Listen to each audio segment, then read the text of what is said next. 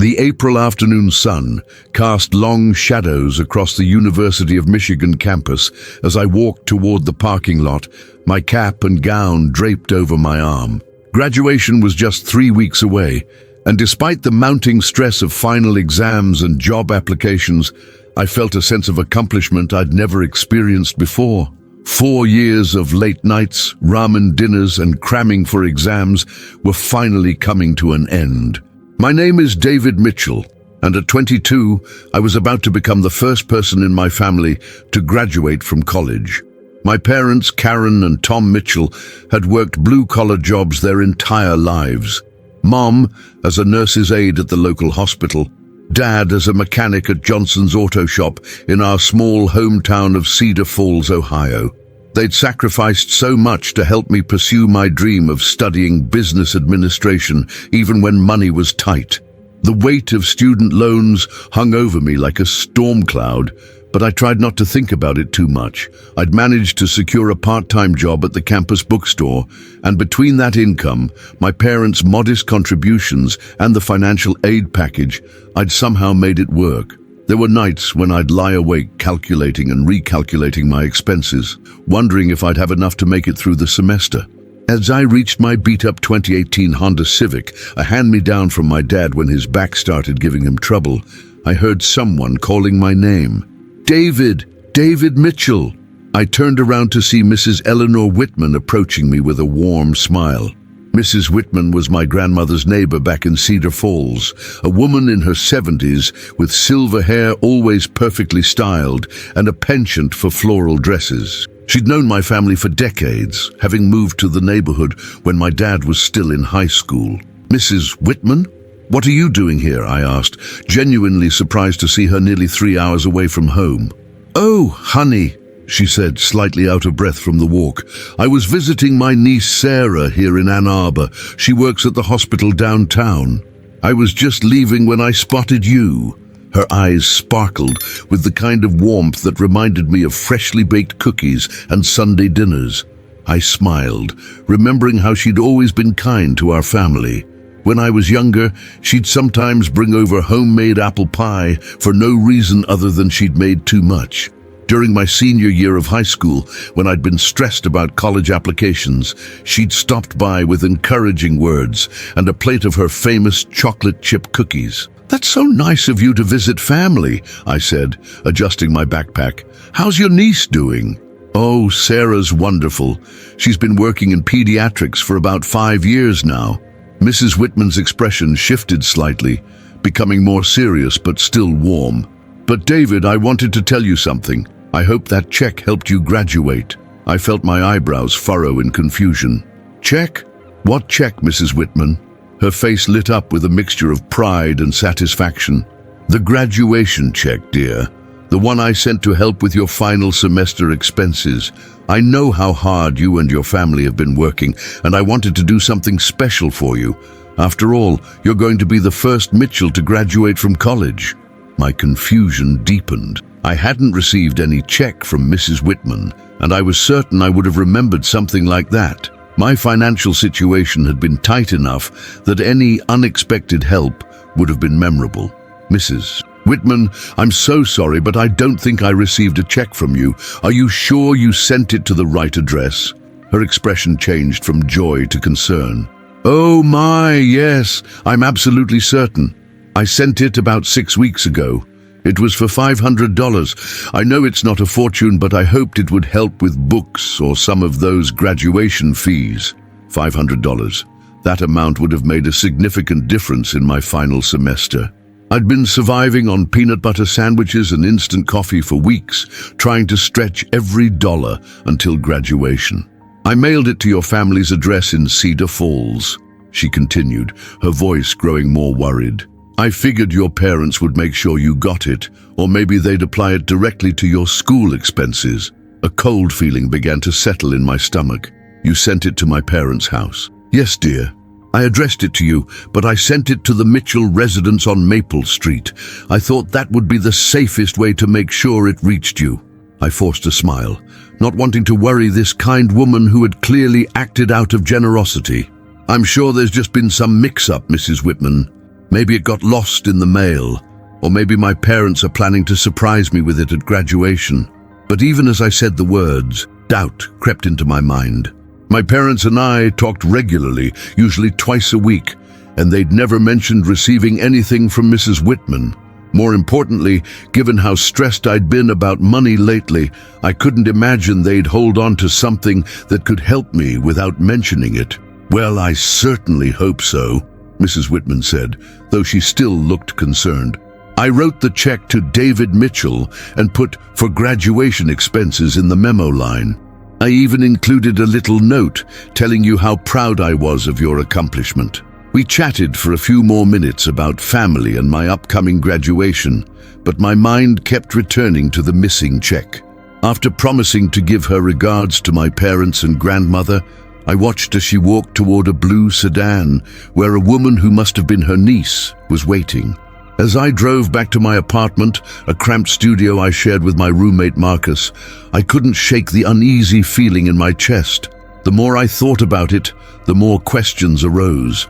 If my parents had received the check, why wouldn't they have mentioned it?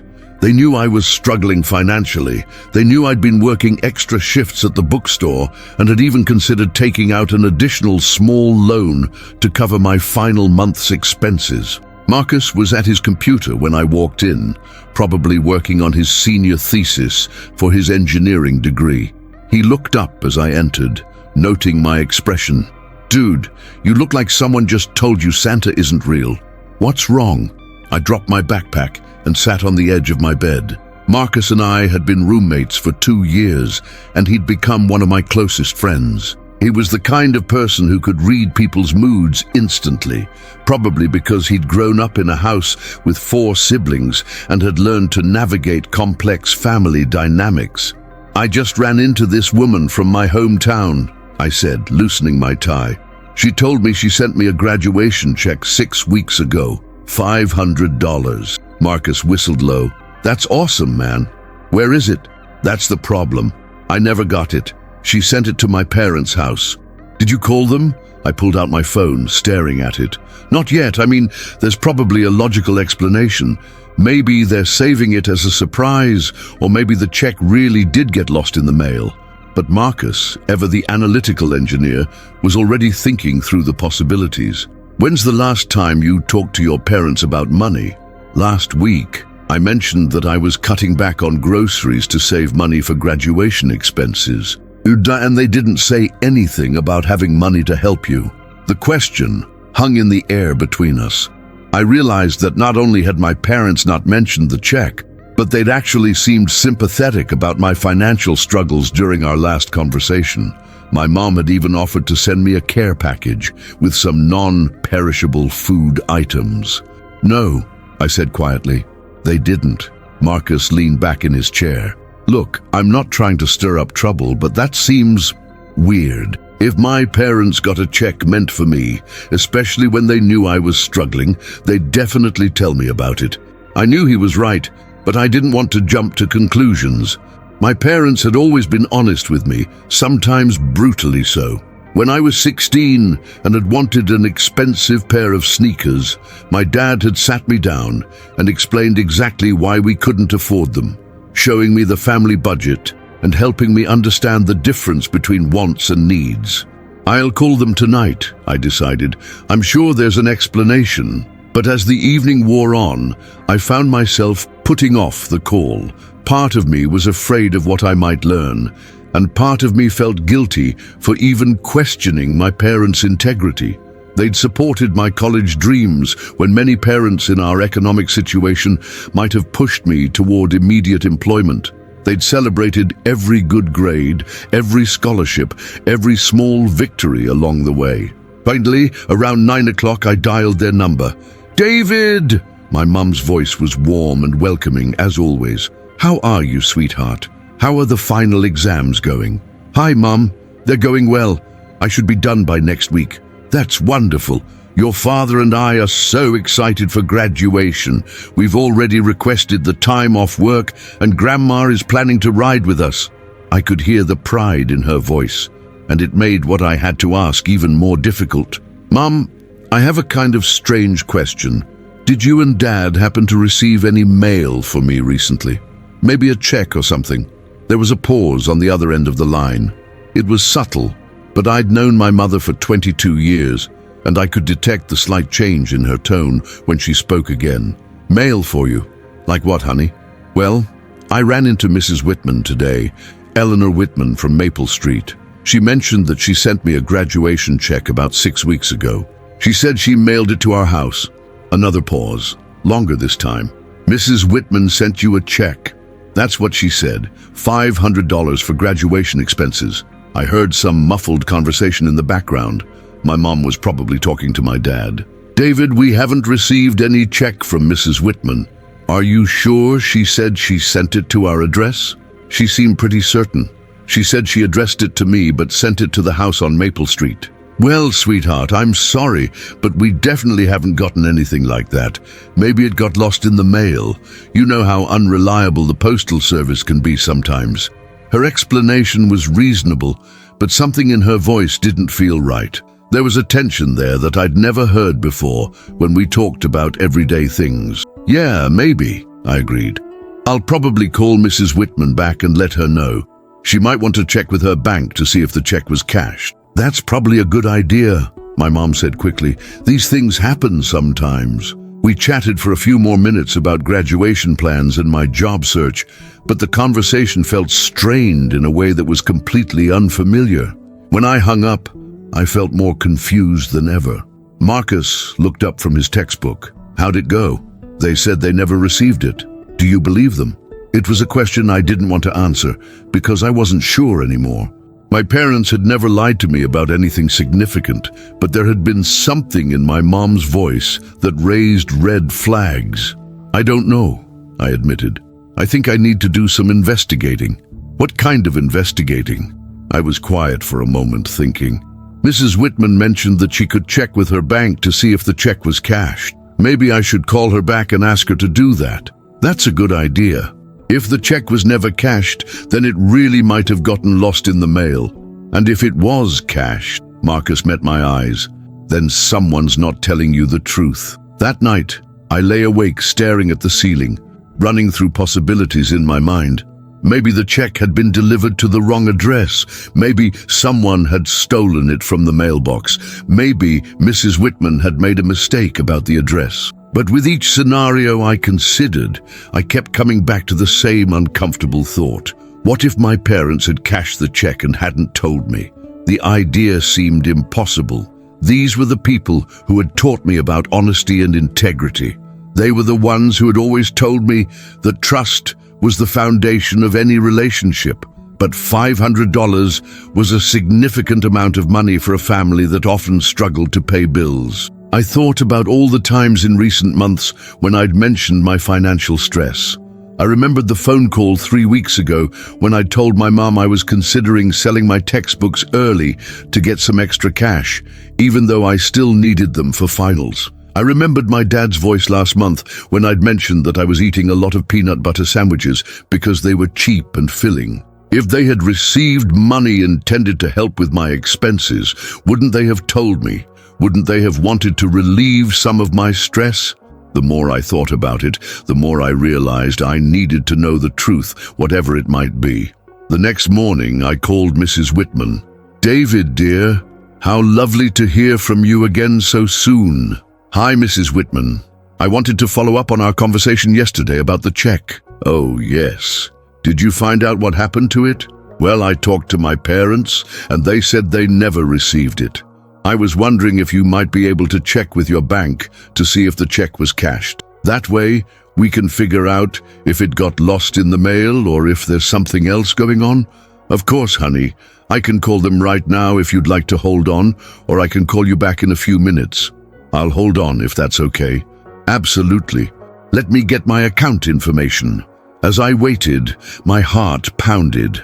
Part of me hoped the check had never been cashed, which would mean it was simply lost and could potentially be replaced. But another part of me needed to know the truth, even if it was uncomfortable. "David, are you still there?"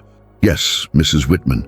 "Well, I have some interesting news. The check was cashed on March 15th. March 15th. That was almost exactly 6 weeks ago, just as Mrs. Whitman had said. Did they tell you where it was cashed? Let me ask. Yes, they said it was cashed at First National Bank in Cedar Falls. First National Bank in Cedar Falls. That was the bank where my parents had their accounts. Mrs. Whitman, I don't suppose they could tell you who cashed it. I'm sorry, dear, but they said they can't release that information over the phone for privacy reasons.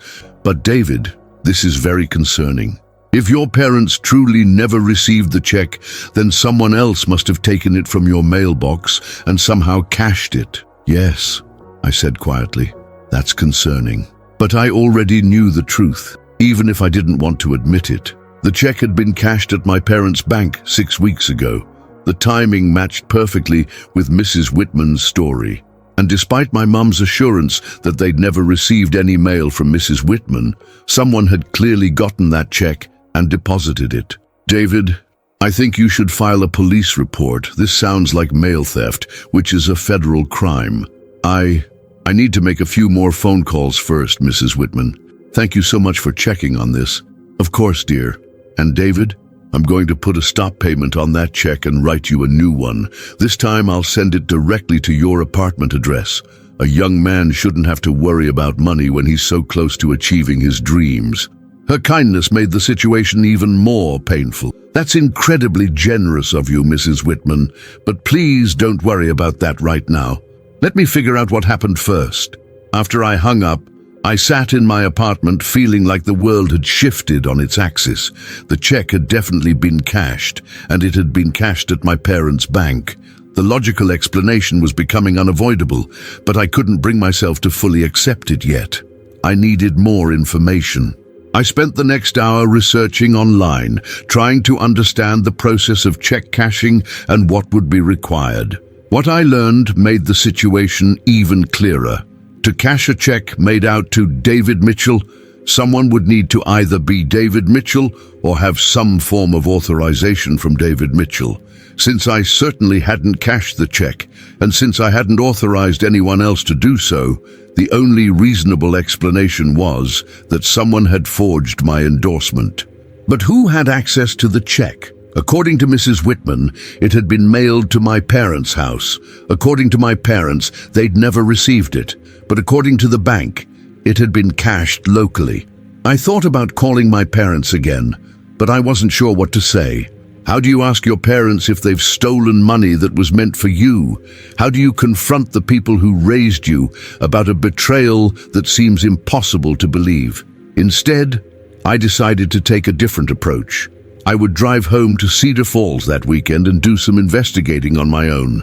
If there was an innocent explanation, I would find it. If there wasn't, well, I'd deal with that when I had to. As I made plans for the trip home, I couldn't shake the feeling that this conversation with Mrs. Whitman had changed something fundamental. For the first time in my life, I was questioning whether my parents had been completely honest with me, and that realization was almost as troubling as the missing money itself. The next few days passed in a blur of final exams and mounting anxiety. I tried to focus on my studies, but my mind kept wandering back to the mystery of the check. Marcus noticed my distraction and tried to offer support, but I found it difficult to articulate what I was feeling. It's probably nothing, I told him on Thursday night as we studied for our respective finals. I'm probably overthinking the whole thing. Maybe, Marcus said, but you've been acting like someone who's expecting bad news. If you really thought it was nothing, you wouldn't be this stressed about it. He was right, of course. Deep down, I was already preparing myself for a truth I didn't want to face. Friday afternoon, after finishing my last exam, I loaded some clothes into my Honda and started the 3-hour drive back to Cedar Falls. The April landscape rolled past my windows, budding trees, green fields, small towns that looked exactly like the one where I'd grown up. Under normal circumstances, I would have felt a sense of anticipation about seeing my family. Instead, I felt like I was driving toward a confrontation I wasn't ready to have. As I pulled into my parents' driveway, I saw my dad working in the garage, probably tinkering with his motorcycle, a hobby he'd picked up in the last few years. He looked up and smiled when he saw me, wiping his hands on an old rag. "David, What are you doing here? I thought you had finals all week. I finished today, I said, trying to match his cheerful tone. Thought I'd come home for the weekend. That's great. Your mom's going to be so excited. She's at the grocery store, but she should be back any minute. I followed him into the house, noting how everything looked exactly the same as it had at Christmas. The living room furniture was arranged the same way it had been for years. My mom's collection of ceramic angels still lined the mantelpiece, and the family photos still covered the side table next to the couch. How do you think you did on your exams? My dad asked as we settled into the living room. Pretty well, I think. I'm just glad they're over. I bet. And then just a couple more weeks until graduation. We're all so proud of you, son. The sincerity in his voice made what I had to do even harder.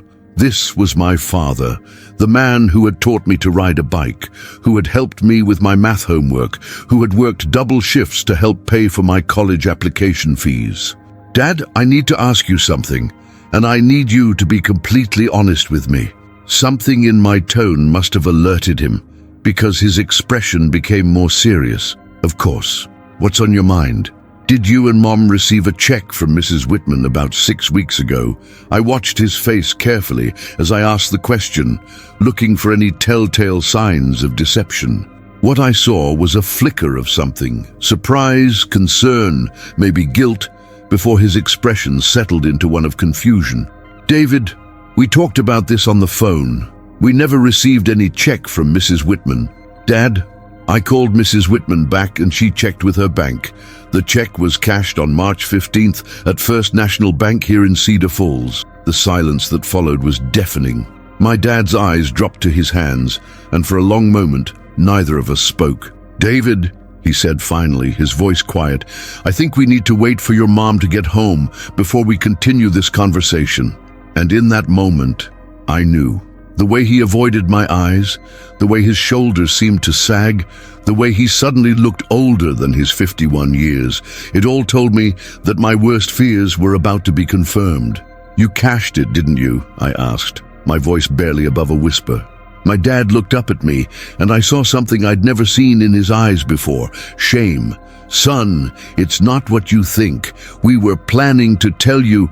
You cashed a check that was made out to me, a check that was supposed to help with my graduation expenses. David, please let me explain. But I couldn't listen to explanations right then. I needed air. I needed space. I needed to process what was happening. I'm going to go for a walk, I said, standing up. When Mom gets home, we'll all talk. As I walked out of the house, I heard my dad call my name, but I didn't turn around. I walked down Maple Street, past the houses where I'd grown up, past Mrs. Whitman's house, past the elementary school where I'd first dreamed of going to college. Everything looked the same, but nothing felt the same. In the span of a few days, my understanding of my family, my trust in my parents, and my sense of security had all been shaken. As I walked, I tried to prepare myself for the conversation that was waiting for me back at the house. I needed to understand not just what had happened, but why. I needed to know if my parents had intended to deceive me, or if there was some explanation that would make sense of this betrayal. But most of all, I needed to figure out how to move forward when the people I trusted most in the world had let me down in a way I never could have imagined. The sun was beginning to set as I made my way back to the house, and I could see my mum's car in the driveway. The conversation I'd been dreading was about to begin, and I had no idea how it would end. I stood on the front porch for a full minute before opening the door, trying to gather the courage for what I knew would be one of the most difficult conversations of my life. Through the living room window, I could see my parents sitting on the couch, talking in hushed tones. My mom's hands were moving animatedly, a sure sign she was stressed, while my dad sat with his head in his hands. When I walked in, they both looked up immediately. My mom's eyes were red-rimmed, and I realized she'd been crying. David, honey, she said, standing up quickly, your dad told me about your conversation. I remained standing by the door, not sure I was ready to sit down and make this feel like a normal family chat. So you know why I'm upset. Yes, and sweetie, I need you to understand that we never meant for this to happen the way it did. What way did you mean for it to happen, Mom? My dad cleared his throat. Son, why don't you sit down? Please, let us explain. Against my better judgment, I moved to the armchair across from the couch, my usual spot during family discussions since I was a teenager. But this wasn't a discussion about curfew or grades. This was about trust, and I wasn't sure if it could be repaired. The check came on a Tuesday, my mum began, her voice shaky. It was addressed to you, but sent to our house, just like Mrs. Whitman said. And instead of calling me, you decided to cash it. It wasn't that simple, David. My dad leaned forward, his hands clasped tightly. We had just gotten some unexpected bills. Your mom's car needed major repairs. You remember how it was making that grinding noise when you were home for spring break? I did remember. The brake pads had been worn down to nothing, and there was something wrong with the transmission. My mom had mentioned it would be expensive to fix, but I hadn't thought much about it at the time. The estimate came back at $800, my mom continued. $800 we didn't have. And then there was the issue with the roof. What issue with the roof? My parents exchanged a look. We didn't want to worry you while you were dealing with finals, my dad said. But we had some damage from that big storm in February. Part of the roof over the kitchen started leaking, and the insurance company said it was pre-existing damage that wasn't covered. I felt my anger wavering slightly. I hadn't known about any of these problems, but that didn't excuse what they'd done. So, when Mrs. Whitman's check arrived, my mom said, we saw it as a temporary solution. A temporary solution to what? To keeping our heads above water, my dad said quietly. David, I want you to understand something. Your mother and I have been struggling financially for months. I've been working overtime whenever I can get it, but with my back problems, I can't do as much as I used to. And your mum's hours got cut at the hospital. This was news to me. Your hours got cut when?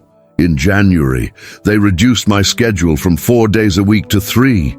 My mum's voice was barely audible. We didn't want to tell you because we knew you'd worry, and we knew you'd probably try to drop out of school to help us. She was right about that.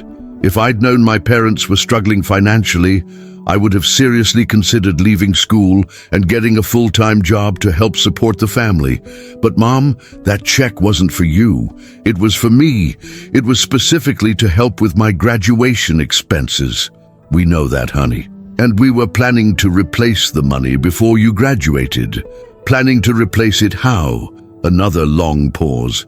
My dad stood up and walked to the window, looking out at the street. I've been talking to Jerry Morrison about some weekend work. He's got a landscaping business, and he said he could use some help during the spring season. The pay isn't great, but it's something.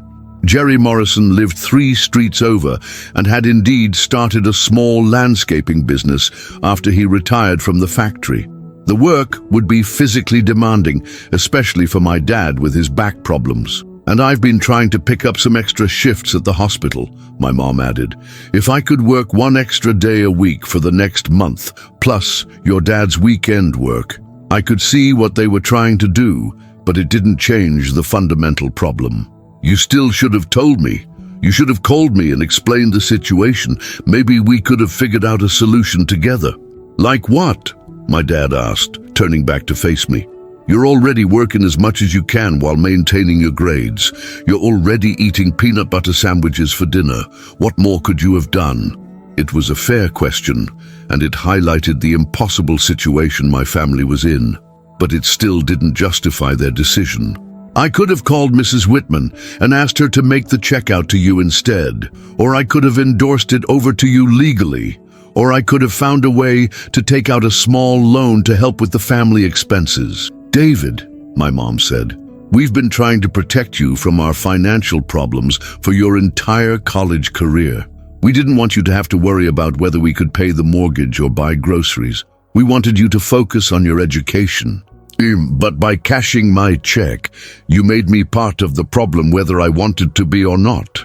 The room fell silent. I could hear the old refrigerator humming in the kitchen, the same sound that had been the background soundtrack of my childhood. How did you even cash it? I asked. It was made out to me. My parents exchanged another look. and I could see this was the part of the story they'd been dreading. "Your mom endorsed it," my dad said finally. "She endorsed it. How?" I signed your name," my mom whispered. "I know it was wrong, David. I know it was illegal. But we were desperate, and we convinced ourselves it was just temporarily borrowing money that we fully intended to pay back." The words hit me like a physical blow. My mother had forged my signature.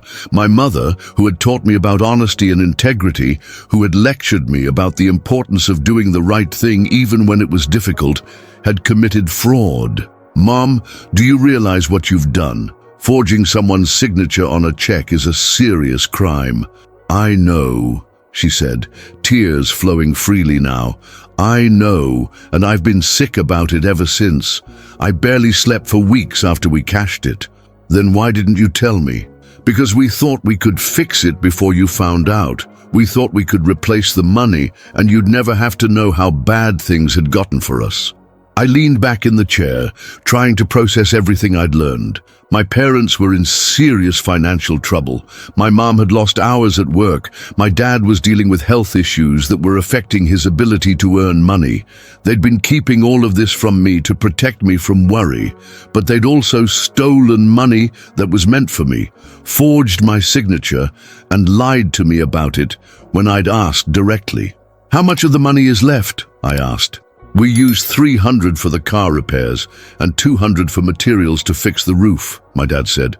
"The work isn't finished yet, but we've started on it." So the money was gone, spent on legitimate family needs, but still gone. "Mrs. Whitman offered to write me a new check," I said. "She wants to send it directly to my apartment this time." "Oh, David, you can't let her do that," my mum said quickly. "She's already been so generous.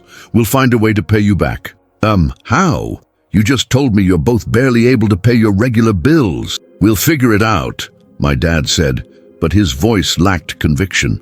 I stood up and walked to the kitchen, needing a moment to think. The house felt smaller than I remembered, and I noticed things I'd overlooked before. The faucet that dripped constantly, the linoleum that was peeling in the corner, the kitchen window that didn't quite close all the way. These weren't just aesthetic issues. They were signs of a house that needed maintenance its owners couldn't afford. When I returned to the living room, my parents were sitting close together on the couch, holding hands. They looked older than I'd ever seen them, and I realized that the financial stress had been taking a toll that I'd been too self-absorbed to notice. "I need to ask you something," I said, sitting back down, "and I need you to be completely honest. Have there been other times when you've kept financial problems from me?" My mom nodded slowly. "There have been times when things were tight that we didn't mention. But David, we never wanted those problems to become your problems." "Like when?" "Last summer when you wanted to take that unpaid internship in Detroit," my dad said. "We encouraged you to do it, even though it meant we couldn't count on your help with expenses for 2 months. I remembered that internship. It had been a great opportunity that ultimately led to some valuable networking connections. But I also remembered that my parents had seemed stressed that summer, and I'd attributed it to the hot weather and my dad's busy season at the auto shop. "And the semester you studied abroad your junior year," my mom added, "we took out a small loan to help cover the additional costs. But we never told you because we didn't want you to feel guilty about the opportunity." Each revelation felt like another small betrayal. Not because they'd made sacrifices for me, but because they'd kept me in the dark about the true cost of those sacrifices. "I wish you had told me," I said. "I wish you had trusted me enough to let me make my own decisions about what sacrifices I was willing to make." "We were trying to protect you," my mom said, "but you were also making decisions for me. And in this case, you made a decision that involved stealing." The word hung in the air between us. I hadn't meant to be so blunt, but that's what it was, regardless of their intentions. "David," my dad said, his voice heavy, "I need you to know that your mother and I have never done anything like this before. We've never taken something that didn't belong to us. We've never forged anyone's signature. This was desperation." "I believe that," I said. And I did. These weren't people who had a history of dishonesty or criminal behavior. They were good people who had made a terrible decision under pressure. But Dad, desperation doesn't make it right. No, it doesn't. He met my eyes. And we're sorry. We're deeply, truly sorry. I could see the sincerity in both of their faces, and I knew they meant it.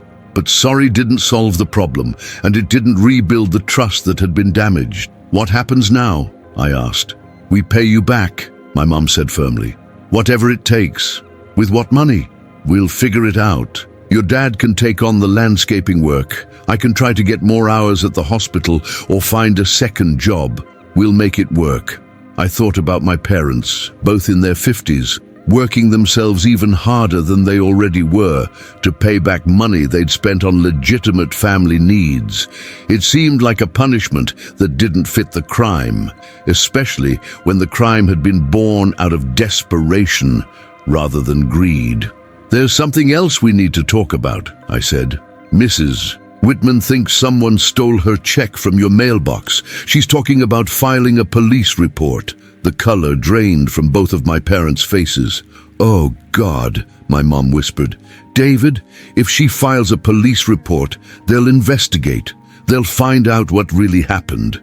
And forgery is a felony, my dad added quietly. Your mom could go to jail. The thought of my mother in jail was surreal and terrifying. She was a woman who had never even gotten a speeding ticket, who returned extra change when cashiers made mistakes, who had taught me that honesty was always the best policy, even when it was difficult. I need to call Mrs. Whitman, I said. I need to explain the situation and ask her not to file a report. What are you going to tell her? My mom asked. It was a good question. I couldn't very well tell her that my parents had committed fraud, but I also couldn't let her waste time and energy on a police investigation that would only lead to trouble for my family. I'll figure something out, I said. But you two need to understand that this situation is bigger than just paying back the money. Mrs. Whitman trusted our family enough to send me a generous gift, and now she's worried that she's been the victim of a crime. Your decision didn't just affect me, it affected her too. I could see that this hadn't occurred to them, and the realization seemed to add another layer to their guilt. David, my dad said, what can we do to make this right?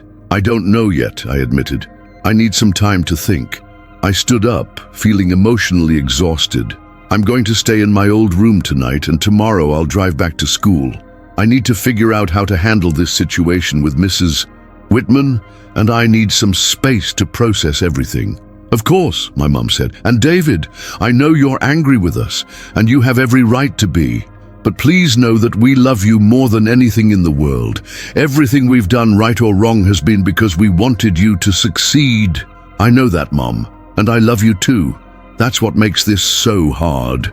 As I headed upstairs to my childhood bedroom, I felt like I was carrying the weight of the world on my shoulders. In the span of a few hours, I'd learned that my parents were in serious financial trouble, that they'd committed a crime to try to manage that trouble, and that their crime had put both them and an innocent elderly woman in a difficult position.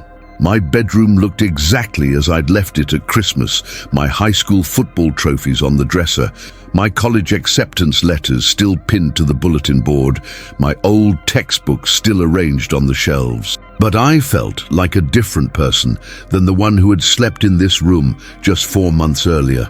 I lay on my twin bed, staring at the ceiling and trying to figure out what to do next. I had several problems to solve. I needed to prevent Mrs. Whitman from filing a police report without revealing my parents' crime.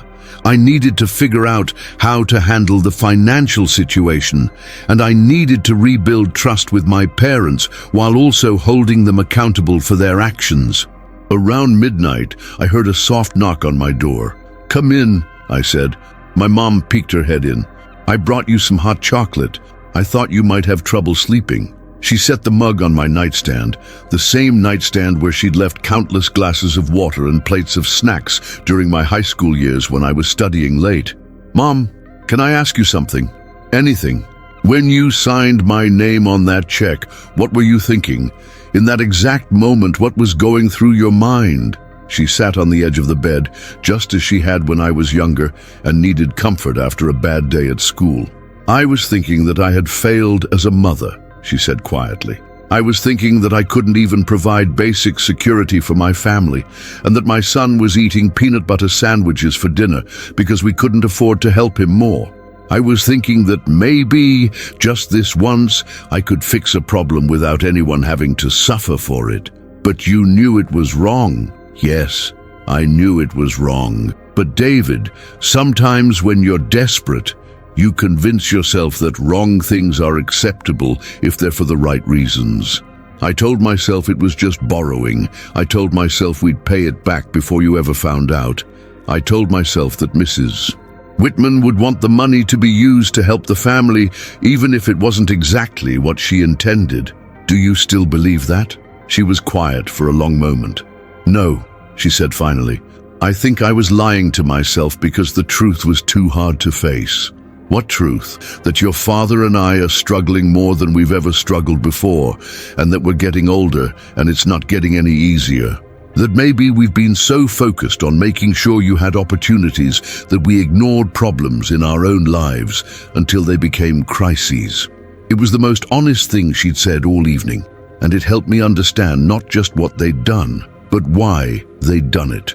Mom, what would have happened if you hadn't cashed the check, if you'd called me instead and explained the situation? We probably would have lost the car, she said, and the roof would have kept leaking until we could save up enough to fix it properly, but we would have figured it out together. Maybe you would have dropped out of school to help us, and then all of our sacrifices over the past 4 years would have been for nothing. I could see her point, but I also saw the flaw in her reasoning. Mom, it should have been my choice to make. You're right, she said. It should have been. We sat in comfortable silence for a few minutes, sipping hot chocolate and both lost in our own thoughts. What are you going to do about Mrs. Whitman? She asked. I'm going to call her tomorrow and tell her that the situation has been resolved. I'm going to ask her not to file a police report, and I'm going to decline her offer to write a new check. David, you shouldn't have to give up that money because of our mistakes. It's not about the money anymore, Mom. It's about making sure this situation doesn't get any worse for anyone involved. She nodded, tears starting to flow again. I'm so sorry, sweetheart. I'm sorry we put you in this position. I'm sorry we betrayed your trust. I'm sorry we made such a mess of everything. I know you are. And Mom, I forgive you, both of you. It's going to take some time for me to fully trust you again, but I understand why you did what you did, even if I can't agree with it. Thank you, she whispered. That means everything to me. After she left, I lay awake for another hour, thinking about the conversation and what it had revealed. My parents weren't criminals. They were people who had been pushed to their breaking point and had made a desperate decision. They weren't trying to hurt me or Mrs. Whitman. They were trying to keep their family afloat. But understanding their motivations didn't change the fact that they'd made a serious mistake, one that had consequences beyond just the missing money. They'd damaged my trust, they'd put Mrs. Whitman in an uncomfortable position, and they'd committed a crime that could have serious legal repercussions. As I finally drifted off to sleep, I realized that this situation had forced me to see my parents not as the infallible figures of my childhood, but as complex, flawed human beings who were doing their best in a difficult situation. It was a painful realization, but also perhaps a necessary part of growing up. The next morning, I woke up to the smell of bacon and eggs, my favorite breakfast and probably my mum's way of trying to make amends. When I came downstairs, both of my parents were in the kitchen and they looked like they'd slept as poorly as I had. Good morning, my dad said. How are you feeling? Better, I said. And it was true. The anger that had consumed me the day before had been replaced by a clearer sense of what needed to happen next. David, my mum said, as she set a plate in front of me, your father and I have been talking, and we want you to know that we're going to make this right. Whatever it takes. I know you will, but first I need to make a phone call. I dialed Mrs. Whitman's number, knowing that this conversation would require careful navigation. David, dear, how are you this morning? I'm well, Mrs. Whitman. I wanted to follow up on our conversation about the check. Oh yes, have you learned anything new? Actually, yes. It turns out there was some confusion with the mail delivery, but the situation has been resolved. The check did reach its intended destination, and I wanted to thank you again for your generosity. Oh, that's wonderful news.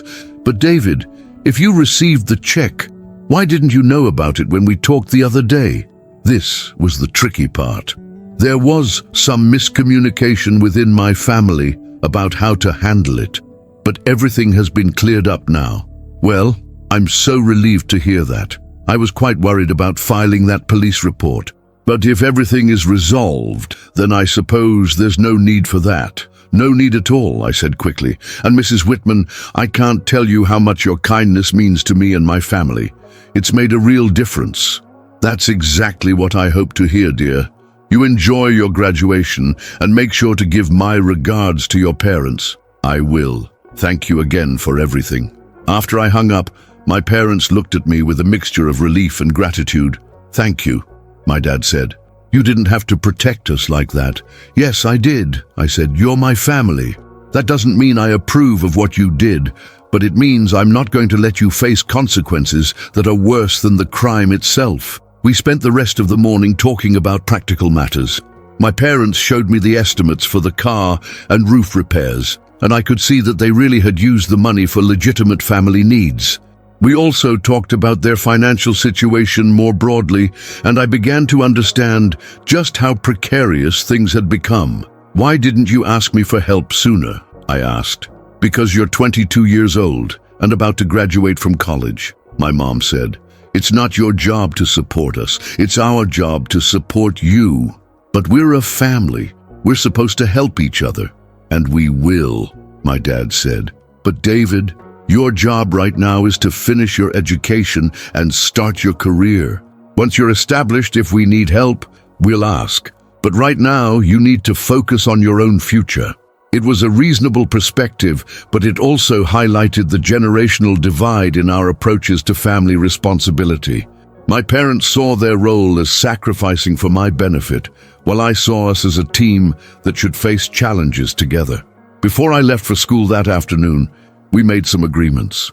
My parents would not take on any additional debt to pay me back the $500. Instead, they would set aside whatever extra money they could earn over the next few months, and we would consider that money a family emergency fund rather than a debt to be repaid. More importantly, they agreed to be more transparent with me about their financial situation going forward.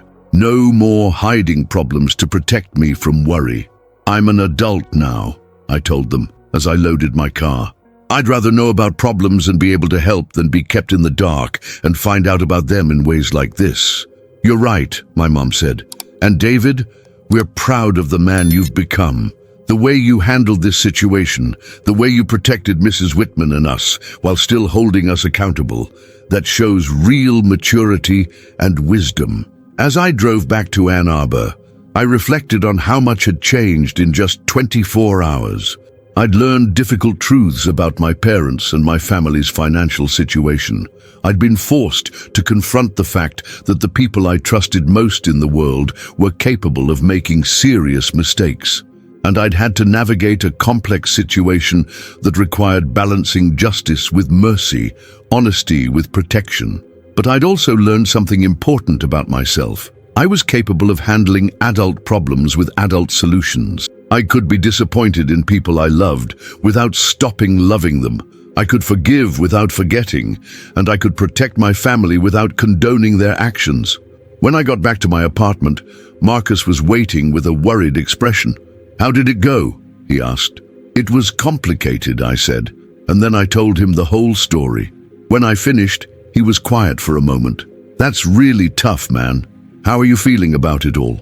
"Sad," I said, "and disappointed, but also, I don't know, maybe more understanding of how complicated adult life can be. Are you going to be okay financially for graduation?" "Yeah, I think so. I've been managing without that money for 6 weeks already, so I can make it another few weeks." "And things with your parents? We'll work it out. It's going to take some time to rebuild the trust, but I think we can do it." That evening, as I prepared for my final weeks of college, I realized that this experience had been a different kind of education. I'd learned about family loyalty and personal integrity, about the complexity of moral decisions and the weight of adult responsibilities. In 2 weeks, I would graduate from college and officially become an adult. But in many ways, the conversation with my parents had already marked that transition. I was no longer the child who could be protected from difficult truths, and they were no longer the infallible figures who could shield me from the complexities of the world. We were all just people, doing our best to navigate difficult circumstances with imperfect information and competing priorities. And maybe, I thought, that was the most important lesson of all. 2 weeks later, I stood in the bathroom of my apartment, adjusting my cap and gown for what felt like the 100th time. The black polyester felt strange against my skin, and the mortarboard kept sliding to one side, no matter how many times I repositioned it. In just 3 hours, I would walk across the stage at the University of Michigan and receive my diploma, a moment I'd been dreaming about since I was 8 years old and first told my parents I wanted to go to college. But the excitement I'd expected to feel was tempered by the complexity of everything that had happened with my family. The past 2 weeks had been a strange mix of final exams, job interviews, and careful phone conversations with my parents as we all tried to navigate our new dynamic. Marcus knocked on the bathroom door. "Dude, your family's here. They're downstairs in the lobby." My stomach tightened with a mixture of anticipation and nervousness. This would be the first time I'd seen my parents since our confrontation about the check, and I wasn't sure how things would feel between us. "How do they look?" I asked through the door. "Happy, proud. Your grandma's wearing what looks like her church dress, and your dad's in a suit I'm pretty sure he bought specifically for today." Despite everything, I smiled. My dad owned exactly one suit, which he'd purchased for my high school graduation and had worn to every wedding and funeral since then. The fact that he might have bought a new one for my college graduation was touching. "I'll be down in a minute," I said. When I stepped off the elevator, I saw my family clustered near the front desk of my apartment building. My grandmother, Ruth Mitchell, was indeed wearing her best dress, a navy blue number with tiny white flowers that she reserved for the most special occasions. My mom was holding a camera and looked like she was fighting back tears, while my dad was checking his watch nervously. "David!" my grandma exclaimed when she saw me, her face lighting up with pure joy. "Oh my goodness, look at you, my grandson, the college graduate." She pulled me into one of her signature hugs, the kind that smelled like vanilla perfume and seemed to last forever. At 81, she was still surprisingly strong, and her enthusiasm was infectious. "Hi, Grandma, I'm so glad you could make it. Are you kidding? I wouldn't miss this for the world." Ruth Mitchell's grandson, graduating from the University of Michigan. I've been telling everyone at the senior center about it for weeks. My parents approached more cautiously. There was still some awkwardness between us, but I could see they were making an effort to put it aside for this important day. "You look very handsome," my mom said, reaching up to straighten my collar. "Very professional." "Thanks, Mom. You look nice too." My dad extended his hand for a handshake, but then seemed to think better of it and pulled me into a brief hug instead. "Congratulations, son. We're incredibly proud of you." "Thank you, both of you, for everything." The words carried more weight than they would have 2 weeks ago. Despite the recent revelations about their financial struggles and the incident with the check, I was genuinely grateful for all the sacrifices they'd made to help me reach this day. As we walked toward the campus, my grandmother linked her arm through mine and began chatting about the drive from Cedar Falls, the hotel where they were staying, and her excitement about seeing the graduation ceremony. Her joy was uncomplicated and pure, and it helped ease some of the tension I was feeling.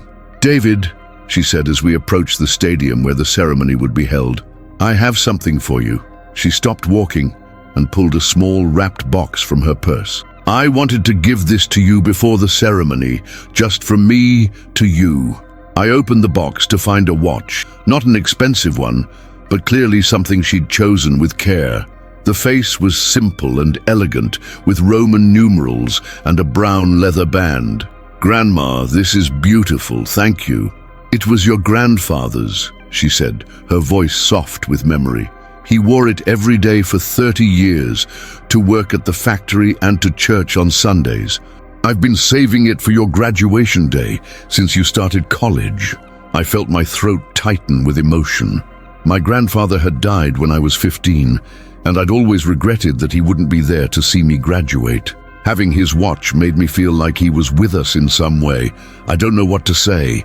This means everything to me." "You don't need to say anything, sweetheart. Just wear it and remember that he would have been so proud of you." As I fastened the watch around my wrist, I noticed my parents watching us with expressions I couldn't quite read. There was pride there, certainly, but also something that looked like longing or regret. We found seats in the family section of the stadium, and I left them to join the other graduates who were assembling on the field. As I walked away, I heard my grandmother's voice calling after me. "We'll be cheering for you, David." The graduation ceremony was everything I'd imagined it would be: dignified, celebratory, and surprisingly moving. When they called my name and I walked across the stage to receive my diploma, I could hear my family cheering from the stands.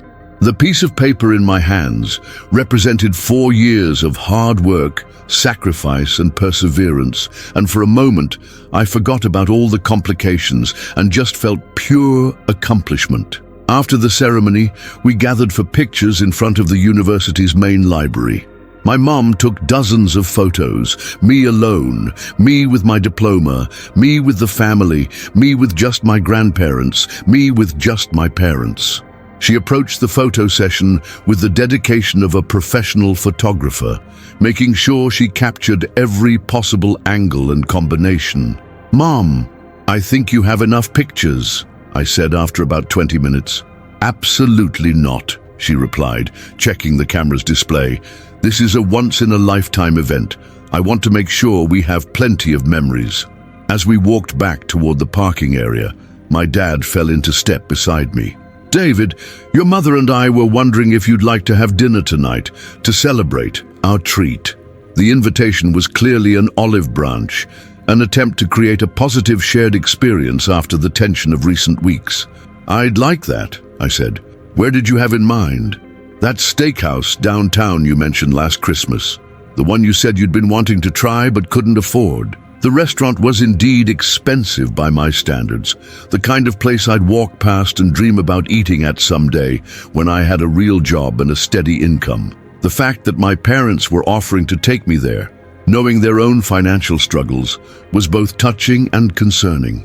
"Dad, are you sure? That place is pretty pricey." "David, it's your graduation day. Some things are worth the expense." I almost argued, but then I realized that this dinner was as much for them as it was for me. They needed to feel like they could still provide for me, still celebrate my achievements in a meaningful way.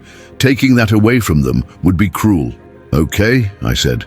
"That sounds perfect." An hour later, we were seated in a booth at Weber's Steakhouse, looking at menus that made my wallet nervous just thinking about them. The restaurant was exactly as upscale as I'd imagined: white tablecloths, dim lighting, and the kind of attentive service that made me feel underdressed despite my graduation outfit. "Order whatever you want," my mom said, studying her menu intently. "This is your special day."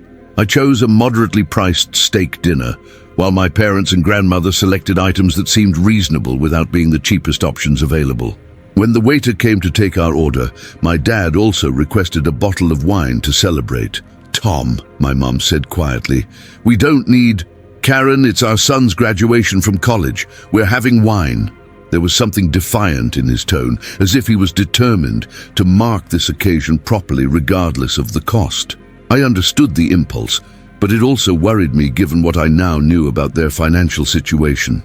As we waited for our food, my grandmother began telling stories about my childhood, the time I'd announced at age 6 that I was going to be a businessman, like the characters in the TV shows she watched, the way I'd set up a lemonade stand with detailed profit projections when I was 10, my determination to get perfect grades throughout high school so I could qualify for scholarships. Even when he was little, she said to a waiter who was refilling our water glasses, this boy was driven. He used to make lists of his goals and check them off as he accomplished them. The waiter smiled politely and moved on, but my grandmother's pride was unmistakable. To her, I wasn't just her grandson. I was proof that hard work and education could lift a family to new heights. Tell them about the speech he gave at 8th grade graduation, my mom encouraged.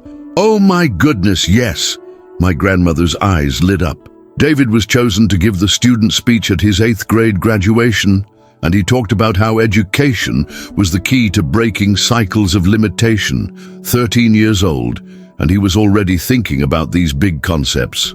I remembered that speech. I'd been nervous about giving it, but I'd wanted to say something meaningful about how education could change not just individual lives, but entire families. Looking back, it seemed almost prophetic given how my college experience had indeed changed my perspective on my family and my place in the world. I was so proud of you that day, my dad said. You stood up there in front of all those people and spoke with such confidence and maturity. You were always proud of him, my mom added. From the very beginning, you knew he was going to do something special. As they talked about my childhood and their hopes for my future, I began to understand something I'd never fully grasped before. My education hadn't just been about my own advancement, it had been their dream too. They'd invested not just money, but their hopes and aspirations in my success. In many ways, my graduation was as much their achievement as mine. When the food arrived, it was delicious. Perfectly cooked steak, creamy mashed potatoes, and vegetables that actually had flavor. But more than the food, I enjoyed watching my family enjoy themselves. My grandmother kept commenting on how fancy everything was. My mom took pictures of our plates for the scrapbook, and my dad seemed to relax for the first time in weeks. Halfway through the meal, my dad raised his wine glass. I'd like to make a toast. We all lifted our glasses, sparkling cider for me since I was still under 21. To David, he said, his voice thick with emotion, who accomplished something that no one in our family has ever accomplished before. You've made us all proud, and you've opened doors that we never even knew existed. But more than that, you've shown us what's possible when someone has a dream and is willing to work for it. To David, my mom and grandmother echoed. As we clinked glasses, I felt a complex mix of emotions. Pride in my accomplishment, certainly. Gratitude for my family's support, but also a new understanding of the weight of their expectations and the sacrifices they'd made along the way. Thank you, I said. But I need you all to know that I couldn't have done this without you. Every single one of you contributed to making this possible. After dinner, as we walked back to their hotel, my mum linked her arm through mine. David, can I ask you something? Of course. Are you happy? I mean really happy? With your degree, with your future plans, with how everything has turned out? It was a deeper question than it appeared on the surface. She wasn't just asking about my immediate satisfaction. She was asking whether all the sacrifices had been worth it. I am, Mom. I really am. I feel like I'm ready for whatever comes next. Good, she said, squeezing my arm. That's all we ever wanted. Lou, when we reached the hotel, my grandmother hugged me goodbye for the evening. I'm going to go rest these old bones, she said. But David, I want you to know that this has been one of the best days of my life. Thank you for letting me be part of it. After she went inside, I found myself alone with my parents in the hotel parking lot. The evening air was warm, and the setting sun cast long shadows across the pavement. David, my dad said, there's something your mother and I need to tell you. My stomach dropped. After the day we'd had, I wasn't sure I was ready for another revelation. What is it? My mom reached into her purse and pulled out an envelope. This is from Mrs. Whitman. What do you mean? She stopped by the house 3 days ago, my dad explained. She wanted to congratulate you on your graduation and she brought this. I opened the envelope to find a card with a beautiful graduation design and inside another check for $500. She said she'd been thinking about your conversation with her, and she realized that even though the first check had reached its intended destination, She wanted to make sure you had something specifically for celebrating your achievement, my mom continued. I stared at the check, reading Mrs. Whitman's careful handwriting. For David Mitchell, congratulations on your graduation. Use this to celebrate or to help with your new beginning. She also said to tell you that she was sorry for any confusion about the first check, and that she hopes this one brings you joy without any complications, my dad added. I looked up at my parents, both of whom were watching me carefully. Did you tell her what really happened? No, my mom said quickly. We stuck to the story you told her. But David, we can't let you keep this money. What do you mean? We mean that we've been thinking about this situation for 2 weeks now, and we've come to some conclusions, my dad said. First, Mrs. Whitman's generosity shouldn't be diminished by our mistakes. Second, you deserve to have the benefit of her gift, just as she intended. But let me finish, my dad said gently. Your mother and I have been doing a lot of soul-searching since our conversation. We've realized that our approach to protecting you from our problems was wrong, not just because of what happened with the check, but because it wasn't treating you like the adult you've become. My mom nodded. We've been so focused on being the parents who provide for you that we forgot you're old enough to be a partner in facing family challenges. So what are you saying? We're saying that we're going to start over, my dad said. We're going to be honest with you about our finances, honest about our struggles, and honest about what kind of help we might need going forward. And in return, we want you to feel free to make your own decisions about how you want to handle situations like this.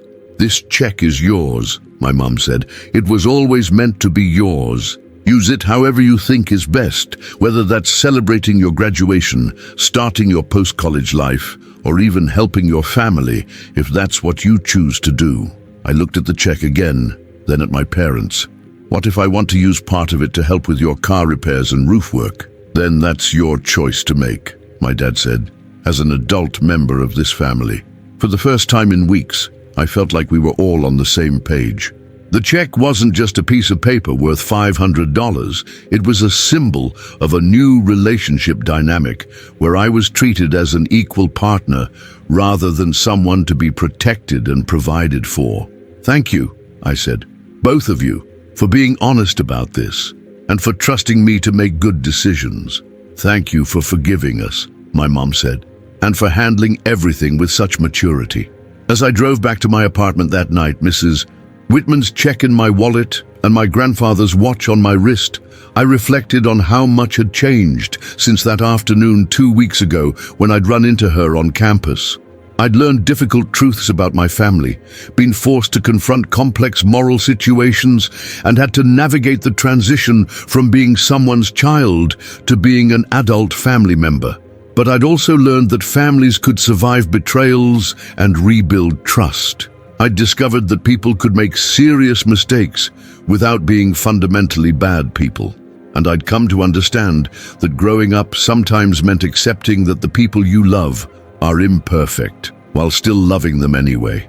When I got home, Marcus was waiting with a graduation card and a bottle of sparkling cider. How was dinner? He asked.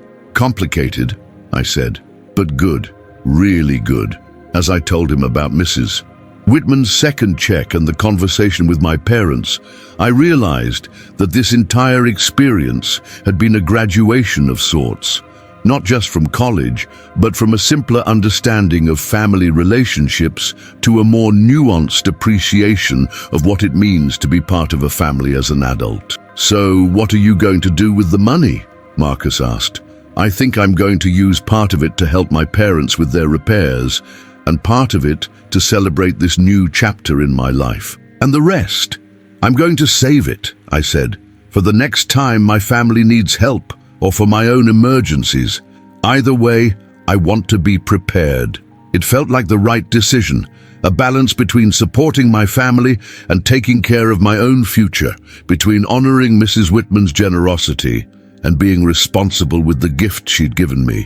As I prepared for bed that night, I looked at my diploma hanging on the wall and felt a sense of completion that went beyond just finishing school. I'd learned to navigate complex adult relationships, to balance forgiveness with accountability, and to take my place as an equal member of my family rather than just someone to be taken care of. Tomorrow, I would start looking for a job and begin the next phase of my life. But tonight, I was grateful for everything that had brought me to this point. The sacrifices, the mistakes, the difficult conversations, and the love that had held everything together even when trust had been shaken. College had taught me about business and economics and analytical thinking, but the past few weeks had taught me about something even more important: how to be an adult in a complicated world, surrounded by imperfect people who love you anyway. 3 months after graduation, I was sitting in a coffee shop in downtown Grand Rapids, Michigan, preparing for what I hoped would be my final job interview. I'd moved to Grand Rapids in July after accepting an entry-level position with a mid-sized accounting firm, and I was finally starting to feel like a real adult with a real career. The transition from college to working life had been smoother than I'd expected, partly because of the financial cushion that Mrs. Whitman's second check had provided. I'd used $200 to help my parents with their car and roof repairs, as we'd discussed.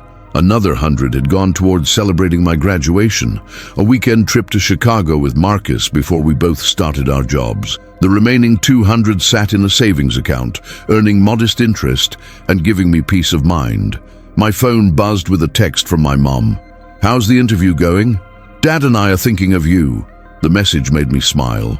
True to their promise, my parents had been much more communicative about both good news and challenges over the past few months. I knew that my dad's landscaping work with Jerry Morrison was going well, and that my mom had picked up some additional hours at the hospital. I also knew that they were still struggling with some bills, but they were managing without taking on additional debt. More importantly, they'd started including me in family financial discussions. Last month, when their insurance premium had increased unexpectedly, they'd called to let me know and to brainstorm solutions together. It wasn't that they needed my financial help. My entry-level salary wasn't enough to make a significant difference anyway, but they valued my perspective and wanted me to understand the full picture of their situation. I texted back, "Interview went great. Should hear back by Friday. How are things at home?" "Good. Dad finished the roof repairs yesterday. House is finally waterproof again." The emoji from my mom was a recent development. My grandmother had taught her how to use them during a visit last month, and now every text included at least one smiley face or heart. As I packed up my laptop and prepared to leave the coffee shop, my phone rang. The caller ID showed Mrs. Whitman's name. "Hello, Mrs. Whitman. David, dear, how are you? I heard from your grandmother that you're living in Grand Rapids now." "I am. I started working for an accounting firm here in July. How are you doing?" "Oh, I'm wonderful. Sarah, my niece from Ann Arbor, she's been visiting more often, which has been lovely. But David, I'm calling because I have some exciting news." "What kind of news?" "Well, you remember how touched I was by your story when we met that day on campus, about being the first in your family to graduate from college?" "Of course. It got me thinking about other young people in our community who might be in similar situations. So I've been working with the high school guidance counselor and the community foundation to establish a small scholarship fund for students who are the first in their families to pursue higher education. I felt my heart skip a beat. "Mrs. Whitman, that's incredible. We're calling it the First Generation Success Fund, and it will provide financial assistance to local students who demonstrate academic potential but might struggle with college expenses due to family financial constraints." That's such a wonderful idea. Here's the exciting part, David. The Community Foundation has asked if I'd like to have someone help me review applications and select recipients. Someone who understands the challenges these students face because they've lived through them themselves. I began to understand where this conversation was heading. "Would you be interested in serving on the selection committee? It would only require a few hours every spring, reviewing applications and interviewing candidates." And of course, we'd cover your travel expenses to come back to Cedar Falls for the meeting. The offer was both unexpected and deeply meaningful. The idea of helping other first-generation college students navigate the challenges I'd faced felt like a perfect way to honor Mrs. Whitman's generosity and my own experience. Mrs. Whitman, I would be honored to help with that. Wonderful! I was hoping you'd say yes. The first round of applications will be due in February, so we'll have our first committee meeting in March. I'll send you all the details once they're finalized. After I hung up, I sat in my car for a few minutes, thinking about the conversation.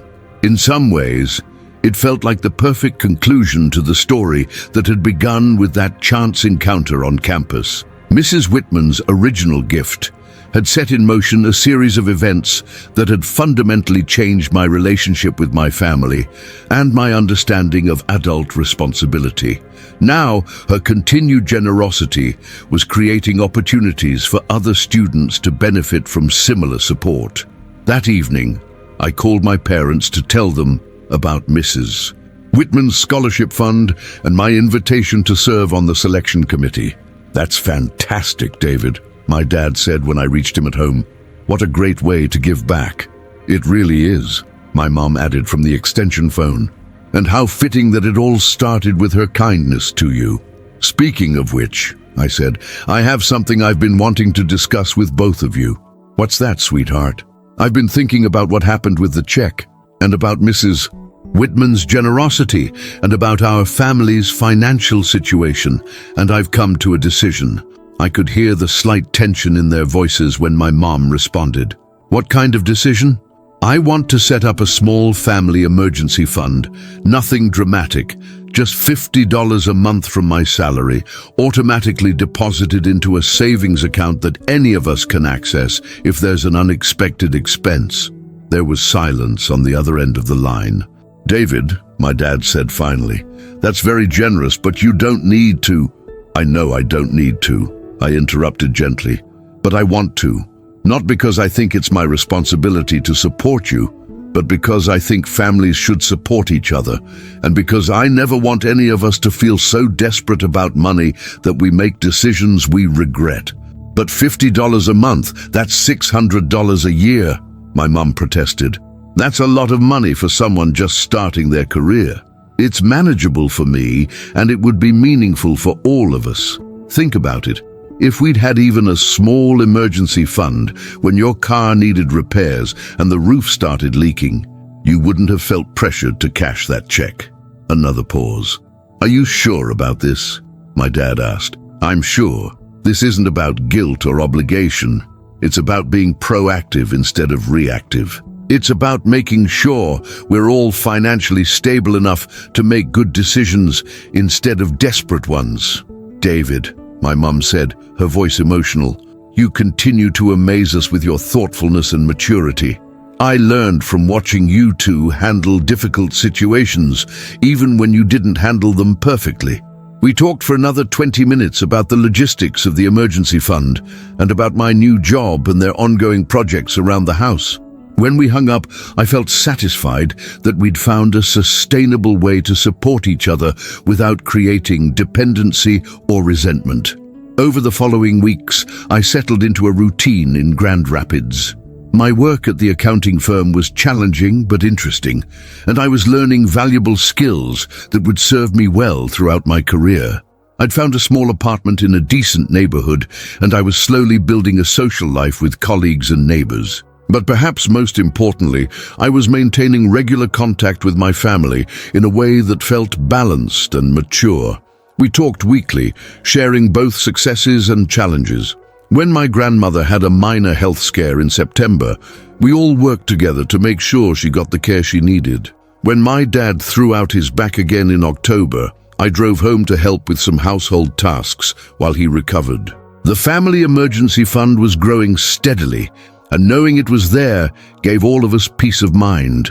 More than the money itself, the fund represented a new approach to family relationships, one based on mutual support rather than one-way sacrifice.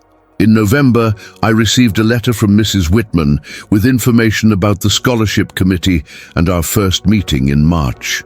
She'd included newspaper clippings about the fund's official launch and copies of the application materials for prospective students. Reading through the application, I was struck by how many of the questions reflected challenges I'd faced myself. How has your family's financial situation affected your educational goals? What obstacles have you overcome in pursuit of your academic achievements? How do you plan to use your education to benefit your family and community? I thought about my own answers to those questions, both when I'd applied for college and now, 3 years later. My family's financial situation had indeed affected my educational goals, but it had also motivated me to work harder and be more resourceful. The obstacles I'd overcome had taught me valuable lessons about perseverance, problem-solving, and the importance of maintaining integrity even under pressure. As for using my education to benefit my family and community, I was already doing that through the emergency fund, through staying connected and involved in family decisions, and now through my upcoming work with the scholarship committee. In December, I drove home for Christmas, my first time back since graduation day. The house looked better than it had in years. The roof repairs were complete, my mum's car was running smoothly, and my parents seemed more relaxed than I'd seen them in a long time. On Christmas Eve, as we sat around the living room exchanging gifts, my grandmother handed me a small wrapped package. "Another watch?" I joked, remembering her graduation gift. "No, smarty," she said with a laugh. "Open it and see." Inside was a leather-bound journal with my initials embossed on the cover. "I thought you might want to write down some of your experiences," she said. "You've lived through some important things this year, and sometimes it helps to put those thoughts on paper."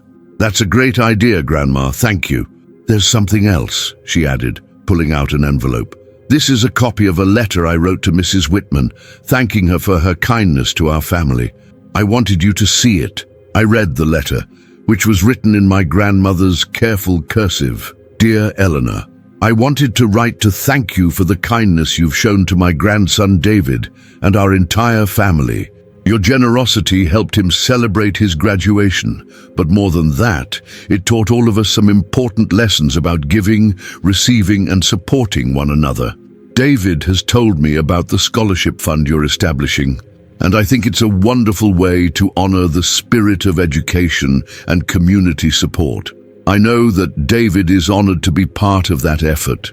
Our family has learned a lot this year about the importance of honesty, communication, and mutual support. Your gift was part of that learning process, and we're all better people because of it. With gratitude and warm regards, Ruth Mitchell." "Grandma," I said after reading the letter, "this is beautiful. What did Mrs. Whitman say when she received it?" "She called me to thank me for writing, and she said something I thought you'd want to hear." "What's that?" "She said that watching your family work through challenges and come out stronger had inspired her to create the scholarship fund. She said she could see that you'd all learned something valuable about what it means to be a family, and she wanted to help other families have similar opportunities to grow and succeed together." As I looked around the room at my parents and grandmother, I realized that Mrs. Whitman was right. We had learned something valuable about what it means to be a family. We'd learned that family members could disappoint each other and still love each other. We'd learned that mistakes could be opportunities for growth rather than reasons for permanent division. We'd learned that supporting each other didn't always mean protecting each other from difficult truths. "You know," I said, "I think this whole experience, from the check incident to the scholarship fund, has taught me more about being an adult than anything I learned in college." "How so?" my dad asked. "College taught me about theories and concepts and analytical skills, but this situation taught me about real-world problem-solving, about moral complexity, about how to maintain relationships even when they're challenged." "And what's the most important thing you learned?" my mum asked. I thought for a moment. That being an adult doesn't mean having all the answers or never making mistakes. It means taking responsibility for your decisions, learning from your mistakes, and figuring out how to move forward in a way that honors your values and your relationships. That's very wise, my grandmother said. And David, I think your grandfather would be very proud of the man you've become. As I touched the watch on my wrist, a habit I'd developed over the past few months, I felt connected not just to my grandfather's memory, but to the continuing story of our family. Each generation faced different challenges and made different mistakes, but the core values of love, support, and perseverance remained constant. That night, as I wrote in the journal my grandmother had given me, I reflected on how much had changed since that day in April, when Mrs. Whitman had mentioned the graduation check. I'd started that day as a college student, worried about making it through my final semester. I'd ended the year as a working professional with a clear sense of my place in my family and my community. The check itself had been worth $500, but the experience it had triggered was priceless. It had forced difficult conversations that ultimately strengthened our family bonds. It had taught me about forgiveness, accountability, and the complexity of moral decision-making. And it had connected me to Mrs. Whitman's ongoing efforts to support other students facing similar challenges. In March, I attended my first scholarship committee meeting in Cedar Falls. Mrs. Whitman had assembled a diverse group of community members, including teachers, business owners, and other college graduates. As we reviewed applications from local high school students, I was struck by the similarities between their stories and my own.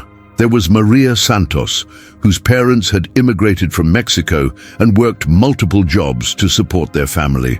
Maria was valedictorian of her class, but worried about the cost of college textbooks and living expenses. There was James Washington, whose single mother worked as a nurse's aide and was raising 3 children.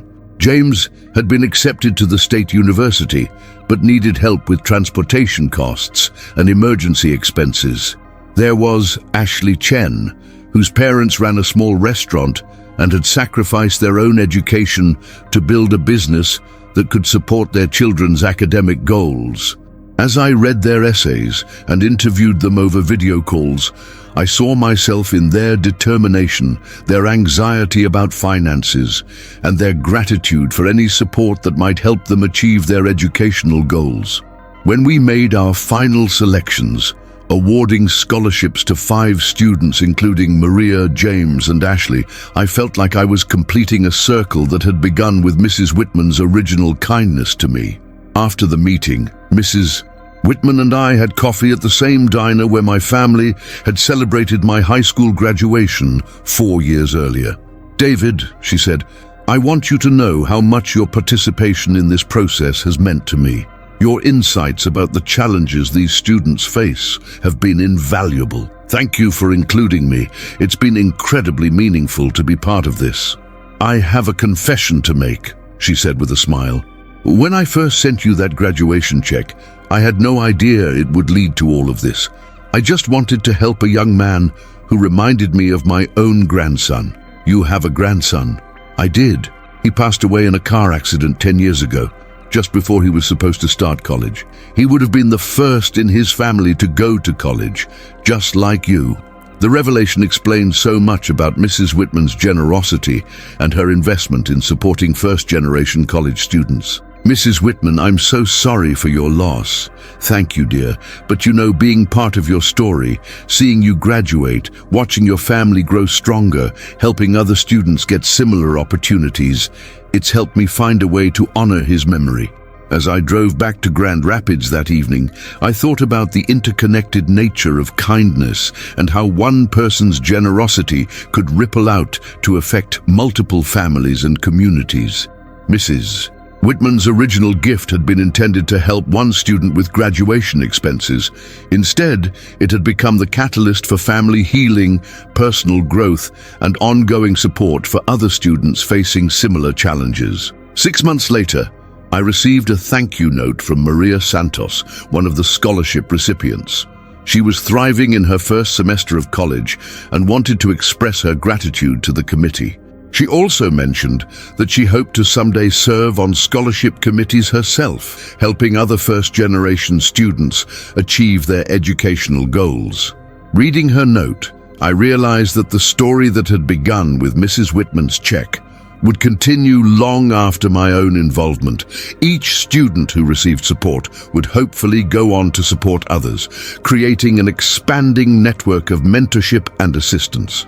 As I marked the one-year anniversary of my graduation and the check incident, I took inventory of what had changed in my life. I had a stable job that I enjoyed and that offered opportunities for advancement. I had a healthy relationship with my family based on mutual respect and open communication. I had a sense of purpose that extended beyond my own career goals to include service to my community. But perhaps most importantly, I had learned that the most valuable gifts aren't always the ones that come in the form of money or material possessions. Sometimes the most valuable gifts are the experiences that challenge us to grow, the relationships that survive being tested, and the opportunities to pass on kindness to others. Mrs. Whitman's check had been worth $500. The lessons it had taught me about family, integrity, forgiveness, and service were worth far more than that. And unlike money, which gets spent and disappears, those lessons would continue to influence my decisions and relationships for the rest of my life. As I finished writing in my journal that night, I made a note to call Mrs. Whitman the next day to thank her again for everything she had made possible. Not just the financial support, but the entire journey of growth and discovery that her simple act of kindness had initiated. I also made a note to visit my parents the following weekend, not because there was any crisis or special occasion, but because I wanted to continue building the kind of family relationships that could weather any storm.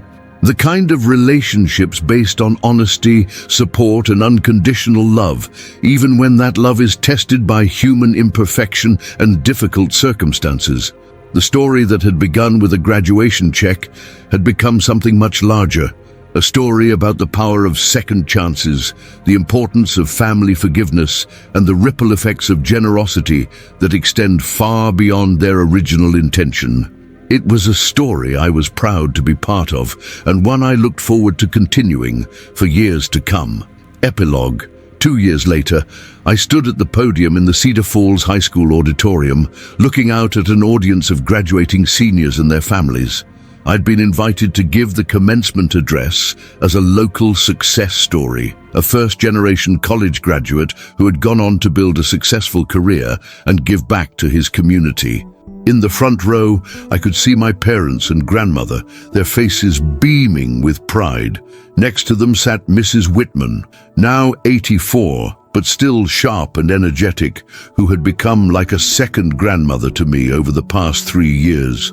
Class of 2027, I began. I want to tell you about a $500 check that changed my life. Not because of the money itself, but because of everything the check taught me about family, integrity, and the importance of supporting one another through life's challenges. As I told the story, carefully edited to protect my family's privacy while still conveying the important lessons, I watched the students' faces. Some nodded in recognition of the financial struggles I described. Others seemed to relate to the complex family dynamics and the challenges of being the first in their family to pursue higher education. The most important thing I learned, I concluded, is that success isn't just about individual achievement. It's about building relationships that can survive being tested, creating communities that support one another, and finding ways to pass on the kindness and opportunities you've received to others who need them. After the ceremony, as I mingled with graduates and their families, several students approached me with questions about college, career planning, and managing family expectations. Their eagerness and determination reminded me of myself at their age, and I was grateful for the opportunity to offer guidance and encouragement. Later that evening, at a small celebration dinner with my family and Mrs. Whitman, I reflected on how far we'd all come since that difficult conversation in my parents' living room 3 years earlier. My parents were in a much better financial position thanks to steady work and careful planning. More importantly, our relationship had evolved into one of mutual respect and support. They no longer felt they had to protect me from difficult truths, and I no longer felt like a dependent child who needed to be shielded from adult responsibilities. Mrs. Whitman's scholarship fund had grown significantly, now providing assistance to 15 students each year. The success stories of previous recipients had inspired additional community support, and there was talk of expanding the program to include mentorship and career development resources. As for me, I had been promoted twice at the accounting firm and was beginning to specialize in helping small businesses and families with financial planning, work that felt like a natural extension of my own experiences with financial challenges and family dynamics. "David," Mrs. Whitman said as we prepared to leave, "the restaurant, I have something for you." She handed me an envelope, and for a moment I worried that she was giving me another check that might create complications. Instead, the envelope contained a letter written in her familiar handwriting. "Dear David, 3 years ago, I sent you a graduation check hoping to help with your educational expenses. I never could have imagined that simple gift would lead to such a meaningful, ongoing relationship and to the creation of a scholarship program that has now helped dozens of students. Watching you grow from a worried college senior into a confident young professional and community leader has been one of the great joys of my later years. Your wisdom, compassion, and commitment to helping others have inspired not just me, but everyone who has had the privilege of working with you. Thank you for turning my small gesture of kindness into something much larger and more lasting. Thank you for showing me that the best investments aren't always financial. Sometimes they're the investments we make in people and relationships. I know that whatever path your life takes, you will continue to make a positive difference in the lives of others. And I know that your grandfather, if he could see you now, would be incredibly proud of the man you've become. With love and admiration, Eleanor Whitman, P.S. The Scholarship Committee has voted unanimously to name this year's award the David Mitchell First Generation Leadership Scholarship in recognition of your contributions to the program and your embodiment of its values. As I read the letter, I felt overwhelmed by gratitude, not just for Mrs. Whitman's continued kindness, but for the entire journey that had brought us all to this moment. What had begun as a story about a missing check had become a story about the power of forgiveness, the importance of honesty in relationships, and the ripple effects of generosity. That night, as I drove back to Grand Rapids, I thought about the speech I'd given earlier and the message I'd tried to convey to the graduating students. Life would present them with challenges and moral complexities that couldn't be solved with simple formulas or easy answers.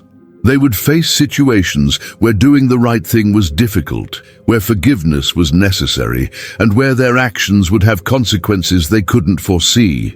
But if they approached those challenges with integrity, compassion, and a commitment to supporting one another, they would not only survive, but thrive. They would build relationships that could weather any storm, create communities that lifted everyone up, and find ways to turn their own struggles into opportunities to help others. The $500 check that had started it all was long since spent and forgotten, but the lessons it had taught, the relationships it had strengthened, and the opportunities it had created would continue to generate value for years to come. As I pulled into my driveway and prepared to start another week of work, I smiled, thinking about the scholarship recipients who would be starting their college journeys in the fall, supported by a program that had grown out of one elderly woman's simple desire to help a young man celebrate his graduation. Some stories end with graduation day, or a job offer, or a happily ever after moment. But the best stories, I've learned, are the ones that keep growing and evolving, creating new chapters and touching new lives with each passing year. This was one of those stories, and I was grateful to be part of it.